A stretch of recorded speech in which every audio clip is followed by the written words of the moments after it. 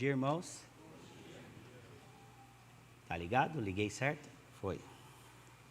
Então vamos estudar hoje sobre o chamado de Moisés, né? Então a gente vai continuar o estudo do pastor Neil, que falou sobre o nascimento ali, de como Deus cuidou dessa parte. E agora a gente vai tentar falar aqui dessa parte do chamado, né? É até difícil depois desse último louvor, né? Coisa mais linda. Toda vez que canta ele, a igreja cheia, assim, é muito bonito, irmão. Mas vamos lá. Então hoje, como eu falei já para os irmãos, eu vou falar sobre a parte do chamado. Essa parte, o texto bíblico, né, ele vai desde Êxodo capítulo 3 até o versículo 17 do capítulo 4, né? Então é um trecho bastante longo que, se eu fosse ler ele inteiro aqui, eu até treinei para ler em casa algumas vezes, mas vai dar quase uns 10 minutos, assim, isso que eu estava lendo sozinho, nervoso aqui, então vai demorar um pouquinho mais. Então, assim, eu vou pregar expositivamente aqui, né, vou estudar com os irmãos assim, mas talvez eu pule algumas partes dele, tá, só para a gente focar no objetivo, mas depois os irmãos podem ler esse texto aqui por completo, que vai falar sobre isso, tá? Então, pedir para os irmãos abrir as suas Bíblias no Êxodo capítulo 3. Eu vou ler primeiramente o versículo 4, que diz assim: E vendo o Senhor que se virava para ver, bradou Deus a ele no meio da sarça e disse: Moisés, Moisés. Respondeu ele: Eis-me aqui. Vamos orar. Pai, nós te louvamos e te agradecemos, ó Senhor Deus, pela sua palavra, Senhor Deus, por hoje estarmos aqui reunidos, ó Senhor Deus, para glorificar a Ti, para louvar a Ti, para aprender de Ti, ó Senhor Deus, para viver, ó Pai, uma vida dependente de Ti, Senhor Deus. Nos guia, ó Pai, dentro do conhecimento, Senhor Deus, de Ti, para que nós possamos a cada dia mais nos aproximar, ó Pai, fazer a Sua vontade, Senhor Deus. Nós agradecemos por tudo, oramos e pedimos em nome de Jesus. Amém. Deixa eu abrir aqui.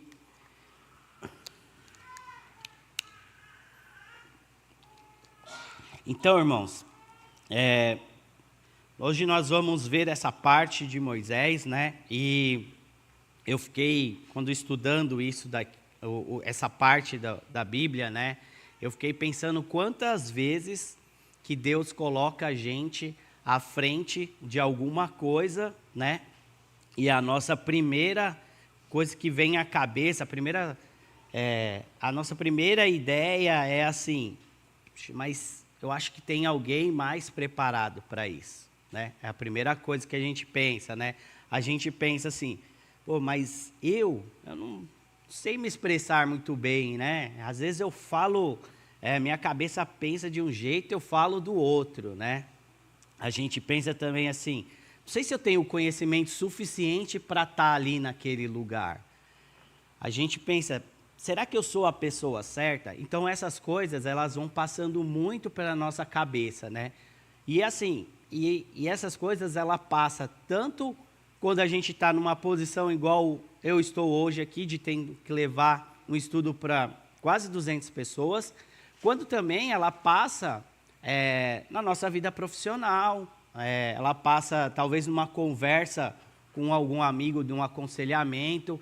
Então, Deus, ele coloca a gente em várias situações, né? Hoje eu estou aqui, né? Mas ele já colocou eu em momentos que eu tinha que falar para algumas pessoas da minha empresa, né? Em alguns momentos que um amigo pediu um conselho. Então, são situações em que Deus coloca a gente à frente de alguma coisa, né? Então, aqui a gente está falando de Moisés, a gente está pensando nele, que ele ia liderar o povo na saída do Egito, né? Mas isso a gente pode aplicar isso em vários pontos da nossa vida, né? Então, vários momentos da nossa vida, Deus vai deixar algo à nossa frente, né? Vai colocar a gente à frente de alguma coisa, e com certeza essas perguntas, elas vão vir para nós, né? Será que eu sou capaz? Será que eu estou preparado? Poxa, mas aquela pessoa, é muito mais capacitada que eu, né? Aquela pessoa, ela tem muito mais condição que eu ali, ela está... será que não é ela a pessoa certa? Mas Deus escolheu você para estar aqui. Então, Deus, ele vai te ajudar nesse momento, né? E é isso que a gente vai ver aqui nesse capítulo 3 e 4, né? Então, a gente vai ver sobre o chamado de Moisés. E agora eu vou ler os 6 primeiros versículos desse texto, do Êxodo 3, que diz assim: E apacentava Moisés o rebanho de Jetro, seu sogro, sacerdote em Midian, e levou o rebanho atrás do deserto, e chegou ao monte de Deus, a Horebe. E apareceu-lhe o anjo do Senhor em uma chama de fogo no meio de uma sarça. E olhou, e eis que a sarça ardia no fogo, e a sarça não se consumia. Moisés disse: Agora me virarei para lá, e verei esta grande visão, porque a sarça não se queima. E vendo o Senhor que se virava para ver, bradou Deus a ele no meio da sarça, e disse: Moisés, Moisés. Respondeu ele: Eis-me aqui. E disse: Não te chegue para cá. Tira os sapatos dos seus pés, porque o lugar em que tu estás é terra santa. Disse mais: Eu sou o Deus do teu pai, o Deus de Abraão, o Deus de Isaque, o Deus de Jacó. E Moisés encobriu o seu rosto, porque temeu olhar para Deus. Então, o que nós estamos vendo aqui, né? Moisés, em um momento da vida dele, comum, né? Então, se a gente pensar na vida de Moisés, 120 anos, se a gente dividir os primeiros 40, de 40 a 80 e de 80 a 120, então são 3 fases da vida dele, né? Então, a primeira fase de Moisés, ele estava no palácio, né? Então, ele foi cuidado por uma das princesas, como um filho ali, né? E ele viveu dentro do palácio, né? Então, assim, eu coloco aqui que era o auge da vida dele, né? Depois veio um período onde a gente vê que ele estava apacentando ali o rebanho do seu sogro. Então, uma parte mais comum da vida dele. E a última parte é a parte que ele lidera o povo, né? Então, ele era um principal líder e talvez um dos principais que a gente vai encontrar aqui na Bíblia, de liderança, de como agir, de como conduzir um povo, vai ser Moisés, né? Então, quando você pensa, você vai falar assim: qual que era o melhor momento para Moisés livrar o povo do Egito, tirar? Você vai falar: é quando ele estava no palácio do rei. Pensa, né? Ele estava lá dentro, ele era conhecido, viveu tantos anos lá, talvez ele era querido. Então, a lógica seria o quê, né? Que Deus o exaltasse lá dentro, como fez com José, para ser um grande governador do Egito, e que o povo olhasse, né, tanto as pessoas do Egito ali, como o povo de Israel, olhasse para ele, e ele ajudasse o povo a sair. Imagina, tinha tantos carros, tantos cavalos lá. Vamos pegar os soldados aqui, juntar mais o povo de Israel, e vamos lá conquistar a terra. Depois esse povo vai para lá e a gente divide, porque é um povo grande também.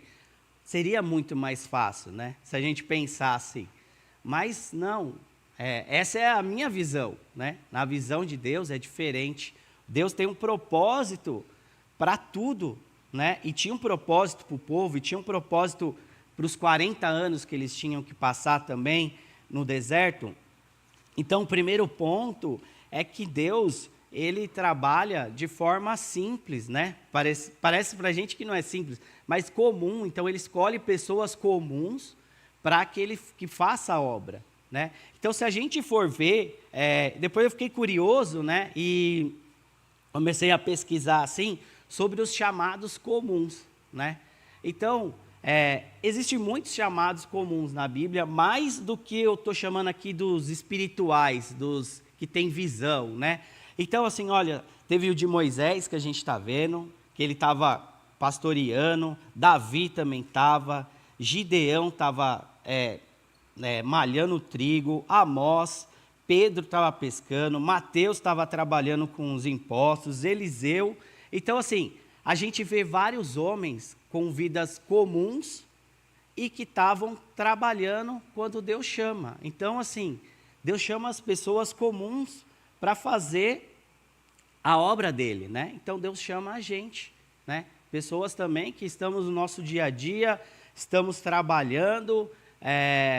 Às vezes a gente acha que nem é o auge da nossa vida, né? Talvez a gente fale assim, nossa, meu maior pico de força era em tal época da minha vida, né? Mas Deus não usou você nessa época. Talvez agora que eu estou um pouco mais cansado, Deus está me usando. É assim que Deus trabalha. E é assim que a gente tem que estar preparado para escutar a voz dele, né? Então, o primeiro ponto que a gente tem que ver é isso, né? É que Deus vai chamar você em momentos comuns, né? Não espera que Deus só te chame aqui dentro num dia de culto. Pode acontecer? Pode acontecer. Mas se você for pegar o tempo que nós ficamos aqui no templo e a nossa vida fora, é muito maior fora. Então, a chance de Deus falar com você fora de um ambiente, de um templo, né, fora de um culto, é muito maior. Então, a gente tem que estar atento em todos os momentos, né? A gente tem que estar atento na nossa vida para o chamado de Deus, para ouvir a voz de Deus, que Ele vai trabalhar em todos os momentos, e não só no momento como um culto igual nós estamos aqui, né? Então, isso é a primeira parte. A segunda, irmãos, tem muita coisa importante aqui nesses 6 primeiros versículos, né? Então, o que a gente vê? Que o versículo 2 diz assim, né? Que apareceu um anjo do Senhor em uma chama de fogo no meio de uma sarça, né? Então, aqui a gente tem três coisas para ver. A sarça, a gente tem ali o fogo, e aí a gente tem também o lugar, né? O Monte Horebe ali para ver. Primeiro, vamos começar pela sarça, né? Então, a sarça ali, em hebraico, é senei, né? Então, a sarça era uma vegetação simples, né? Ali para aquele ambiente. Era seco, não tinha valor, né? Então, era uma coisa muito simples, né? E Deus, Ele usa as coisas simples mesmo, né? Então, assim, Deus talvez não poderia ter aparecido numa, sei lá, uma grande, vamos colocar, não sei, uma árvore ali, uma grande vegetação bonita, mas Deus apareceu nas coisas simples, né? Então, Deus, Ele se revela através das coisas simples, né? Então, a gente não pode esperar, né? Uma vez eu ouvi um rapaz, era um encontro de adolescentes, que a gente foi levar os adolescentes, falando assim, você vai orar, não espera que seu quarto vai tremer, que vai rachar as paredes, né? Que Deus está falando. Não vai ser dessa forma, né? Então, Deus, Ele vai se manifestar simples, às vezes um conforto no seu coração, né? Então, vai ser, às vezes, o grupo da igreja confirmando alguma coisa. É assim que Deus age hoje, né? Então, a gente não pode se iludir, achar que pode acontecer de uma sarça começar a pegar fogo e não queimar aqui. Pode, mas assim, hoje em dia Deus não trabalha dessa forma, né? Então, Deus escolheu alguma coisa comum para se revelar. O outro ponto é sobre o fogo, né? O fogo ali. Porque quando a gente olha o Velho Testamento, quando a gente vê fogo na presença de Deus ali, é um fogo consumidor. Então, eles oferecem uma oferta, vem um fogo e consome tudo aquilo, né? Aqui, nesse momento, não é. É um fogo que protege. É um fogo que tem uma sarça, que ela é super frágil, seca, que qualquer faísca pegaria fogo e destruiria, mas tem um fogo ali que ela está sustentando aquela sarça, né? E aí existe algumas possíveis significados, né? E um deles aqui que eu trouxe, que eu achei que faz muito sentido, né? É que a presença de Deus, ela sustenta. E ali também, a sarça está representando o povo de Israel. Um povo frágil, né? Porque é um povo que está sem terra, um povo que está vivendo no meio de outro povo, né? Mas que mesmo assim ele cresce, mesmo assim chega a incomodar as outras pessoas e você vê que existe uma proteção ali. Então, esse é um dos significados que as pessoas dão para esse momento também. Algumas pessoas pegam que Moisés seria ali a figura da sarça, porque é um homem que está num momento de fragilidade ali, mas que Deus está mostrando que vai cuidar. Então é isso. Mas o que nós temos que pensar é que, quando a gente pensa em fogo no Velho Testamento, aqui ele está falando de um fogo consumidor, só que nesse momento aqui, ele está protegendo. Então ele está cuidando dessa sarça, ele não está deixando ela queimar. E o outro fato, que é importante também, é sobre o Monte Horebe, né? Então, que é o Monte Sinai. Então, aqui nesse momento, irmãos, até nesse momento, era um lugar comum.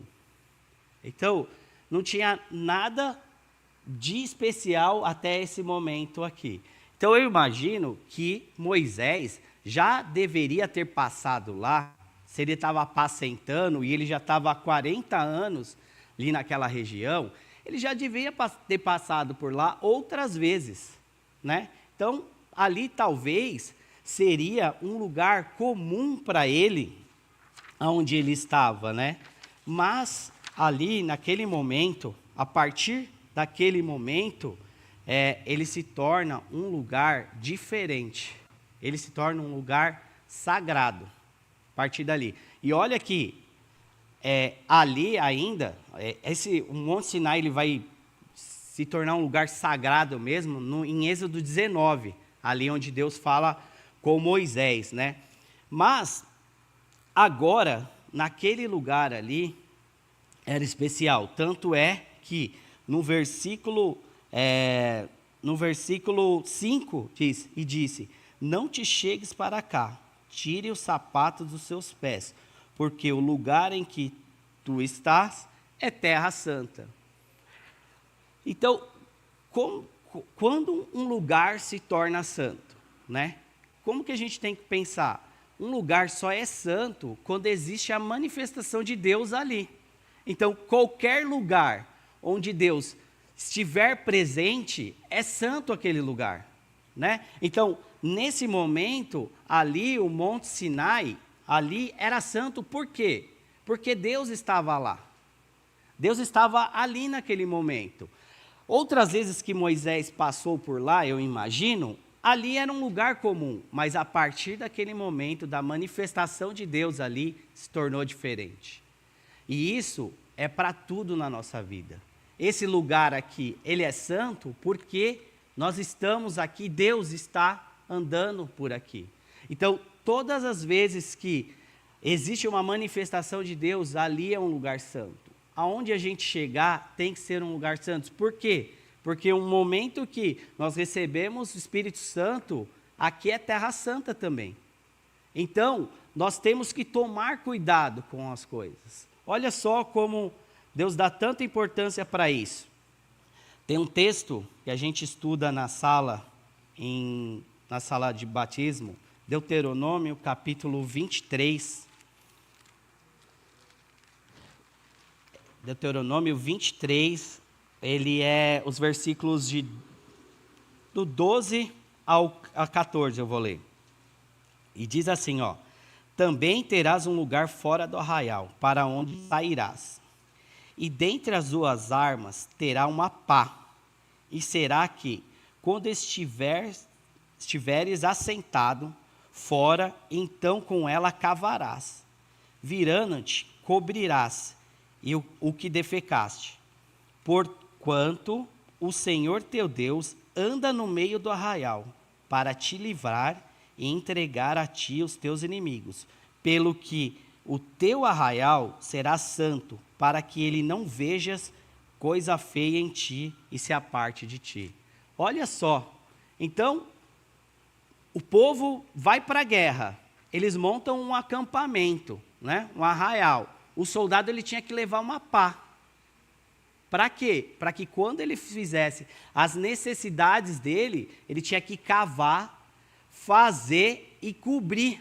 Sabe por quê? Porque Deus não queria andar no meio das coisas sujas, né? Então, a santidade de Deus, né, é a presença dele. Então, a presença dele, ele não queria ver coisa suja no meio do povo, né? E aí a gente pensa, né? Então, nós somos templo do Espírito Santo. Será que ele está vendo coisas feias em nós, que ele vai querer se apartar de nós, né? Então, nós temos que tomar cuidado com isso, né? Então, aqui a gente vê isso, né? Então, o que fica de importante para a gente, que o lugar é santo quando a presença de Deus está. Então, pode ser em qualquer lugar. Pode ser no nosso serviço, pode ser na nossa escola, pode ser quando a gente está jogando vôlei, pode ser no futebol, pode ser em qualquer lugar. A presença de Deus está lá, o lugar é santo. E a gente tem que tomar cuidado para que, quando a gente está reunido, ele não veja coisas feias em nós e queira se apartar de nós.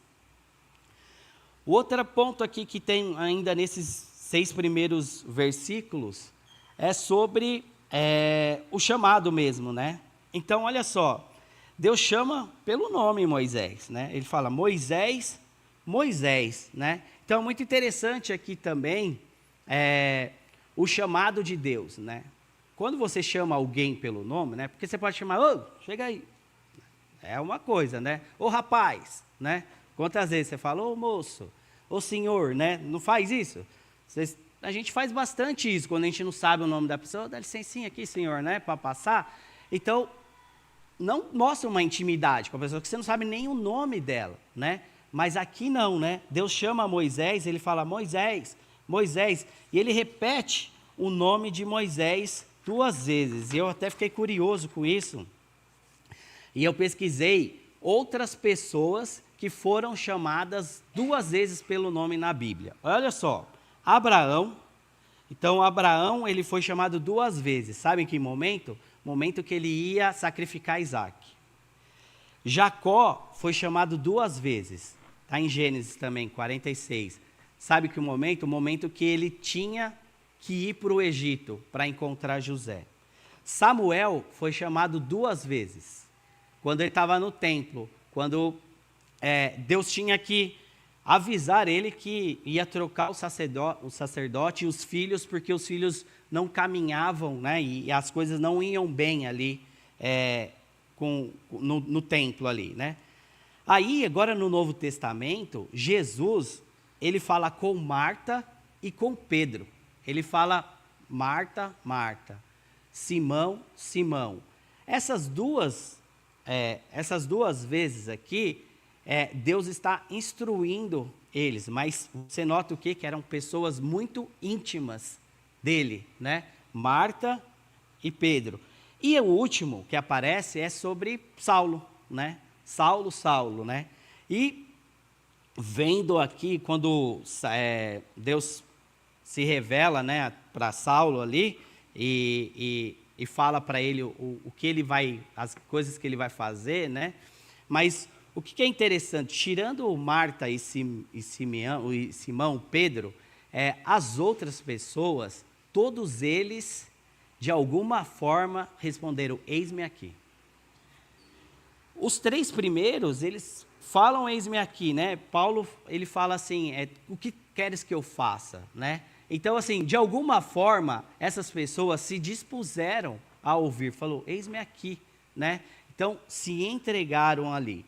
Então, o que nós podemos ver, né? Que quando Deus está falando com a pessoa, é uma coisa, é um chamado, é uma coisa individual, é um relacionamento.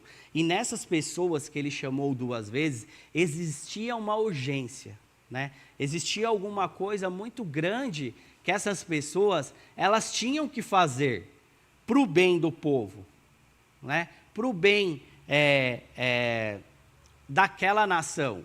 Então, eles foram chamados assim. Então, isso transmitia uma urgência, isso transmitia uma intimidade, isso transmitia também um relacionamento muito pessoal com essas pessoas aqui. Então, Deus, hoje, ele vai chamar pessoas aqui, ele vai chamando, tem chamado muitos homens aqui, né? Você não vai ouvir seu nome, né? Assim, como ele chamando, né? Mas Deus, ele vai, hoje em dia ele chama de algumas formas que a gente tem que ficar atento, né? Então, como que a gente tem que ficar atento e como que ele faz o chamado hoje, né?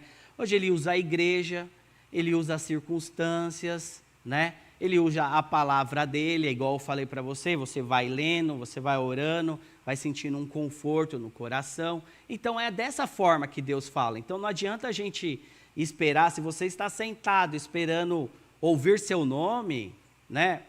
Não vai ser dessa forma.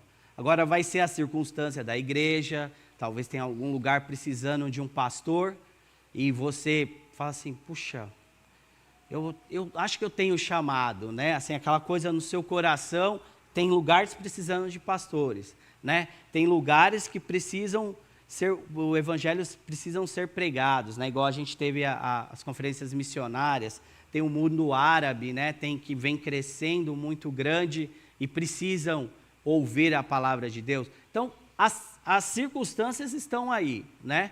Aí tem uma igreja que pode confirmar, né? Que pode, às vezes os irmãos chegam, ó, irmão, pensando em você aqui, eu acho que é aquela coisa assim, né? Ô, irmão, já pensou em fazer, sei lá, ser pastor, um diácono, né? Pelo menos para mim foi assim, né? E eu falei, não, nunca pensei, né? E aí, irmão, eu veio observando, irmão. Então, a igreja observa. Tem que a gente separa um período, porque a igreja vai observar. Se não tiver, se a igreja, alguns irmãos se levantam e falam, ó, eu acho que o irmão não é preparado para isso. Então, a igreja vai mostrar. É assim que caminha, hoje em dia, o chamado. Aí, para a gente ir avançar um pouco, né? Aí, todo o chamado, irmãos, tem um propósito claro. Então, assim, Deus, ele não chama você, estou te chamando, fica aqui parado no banco, daqui a pouco eu falo com você. Não é. Deus, ele tem um propósito claro, né? Pode ser que você fique um período, assim, inativo, pode ser, né? Mas a maioria das vezes, quando a gente vê, ele tem um propósito claro para aquele chamado. Olha só,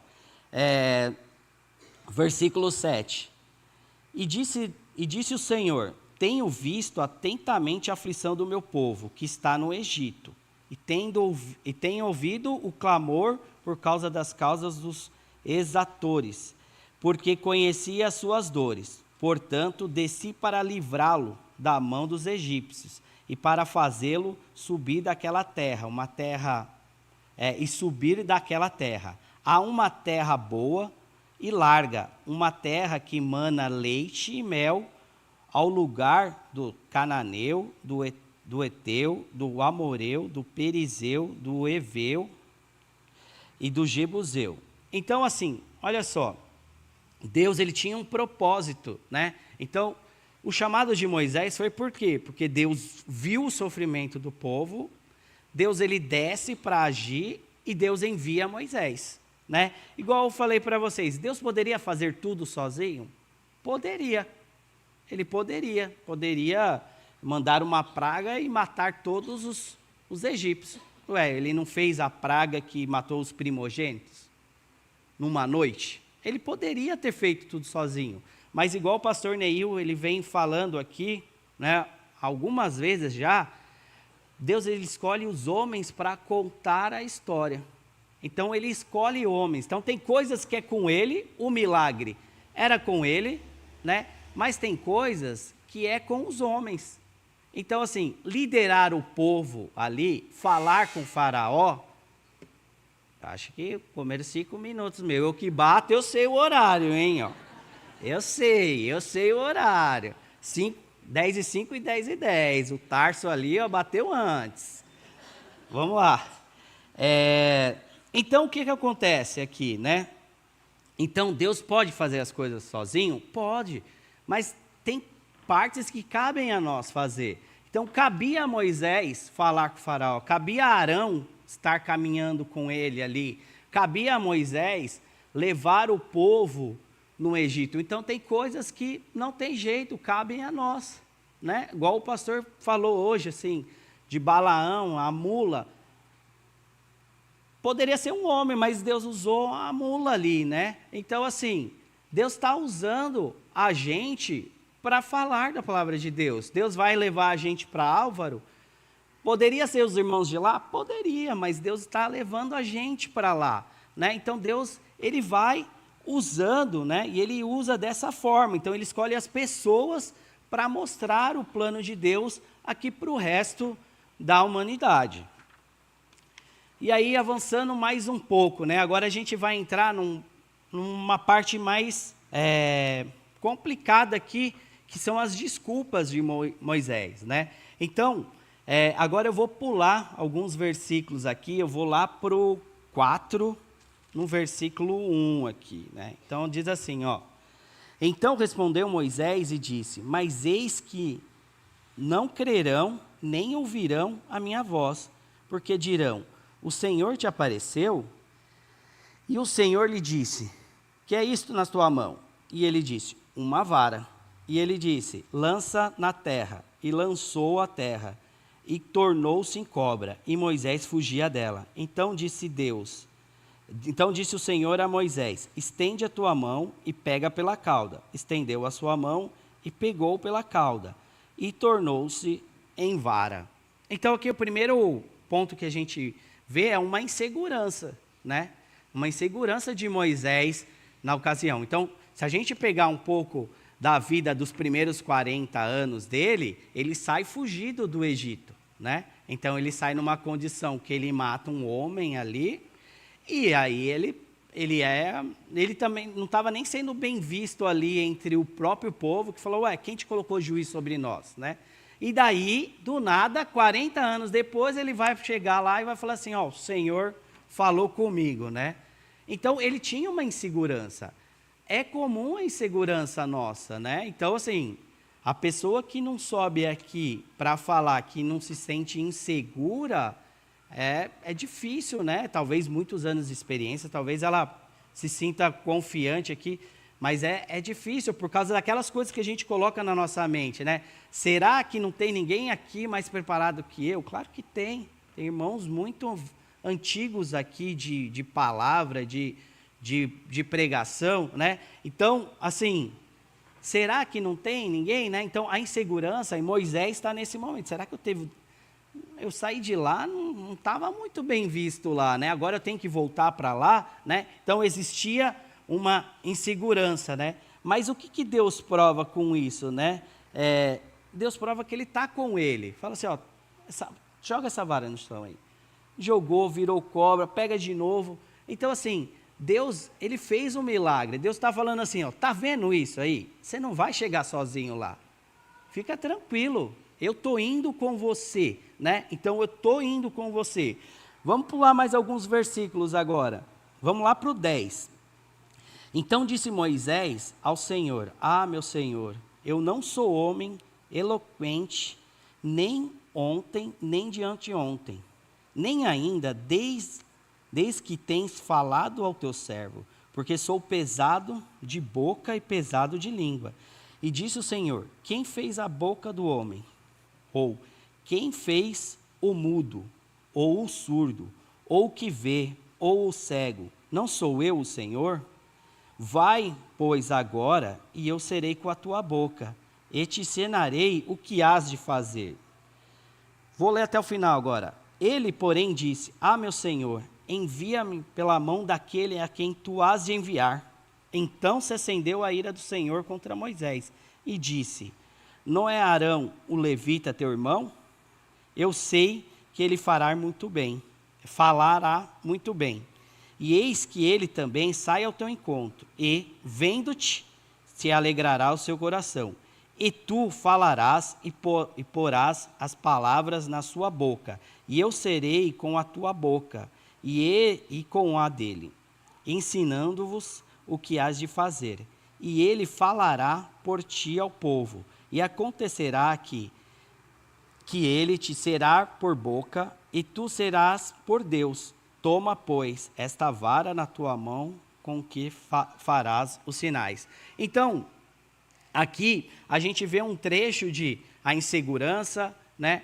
Um pouco também, aqui eu pulei um versículo importante aqui, né, que é, deixa eu voltar aqui, eu sou, me ajudem aí, tá por aqui. 13? 3. Poxa, como eu perdi esse versículo aqui? 13, 14, né? Ah, tá aqui, né? Então, olha só, vou voltar aqui um pouquinho, porque é super importante isso. E disse, eu vou ler o 13 também. Então disse Moisés a Deus: eis que quando eu for aos filhos de Israel e dizer-lhes, o Deus de vossos pais me enviou a vós, e eles me disserem, qual o seu nome? Que lhes direis? E disse Deus a Moisés: eu sou o que sou. Disse mais: assim dirá aos filhos de Israel: eu sou, me enviou a vós, né? Então, assim, a gente primeiro viu ali a insegurança. Ali a gente pode encarar talvez uma falta de conhecimento ou não, né? Porque mas qual é o seu nome, né? O que eu vou falar para aquele povo, né?